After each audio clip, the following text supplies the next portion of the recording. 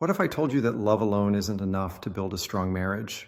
That without freedom and responsibility, love can actually become destructive? Today we're going to talk about the triangle of boundaries, a biblical model that has the power to transform relationships. And we're going to see it play out in two powerful stories, one of growth and one of redemption. Let's dive in.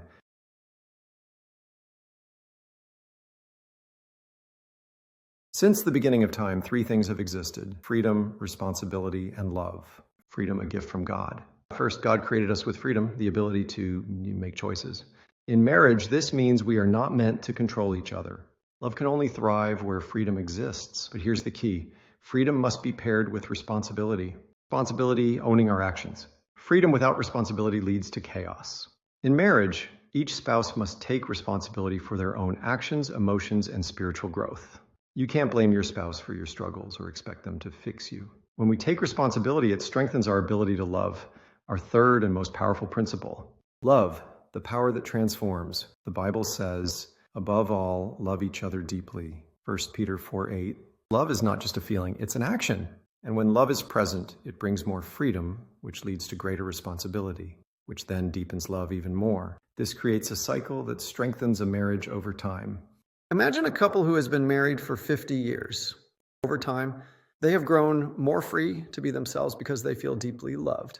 That love has helped them take responsibility for their own growth, which has deepened their love even more. This is how a thriving marriage works.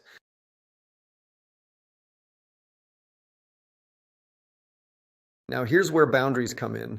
Think of your house. You have locks on your doors to keep out intruders, but you also have the ability to open the door for the right people. Boundaries in marriage work the same way. They protect what's good and keep out what's harmful.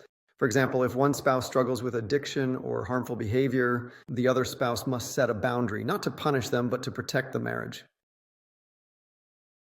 Let me share a story about Sienna. She was married to Landon for 19 years. He struggled with anger. She tried loving him through it, but nothing changed. Finally, she set a boundary.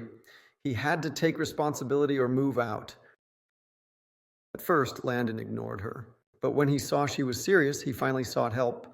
A year and a half later, they reconciled, and their marriage was stronger than ever. Sienna's boundaries didn't destroy her marriage, they saved it. So let's recap. Marriage thrives when freedom, responsibility, and love work together. Boundaries are not about controlling your spouse. They're about protecting your heart and your relationship. If this message blessed you today, don't forget to like, subscribe, and share this with someone who needs to hear it. Let's build stronger marriages together. See you next time.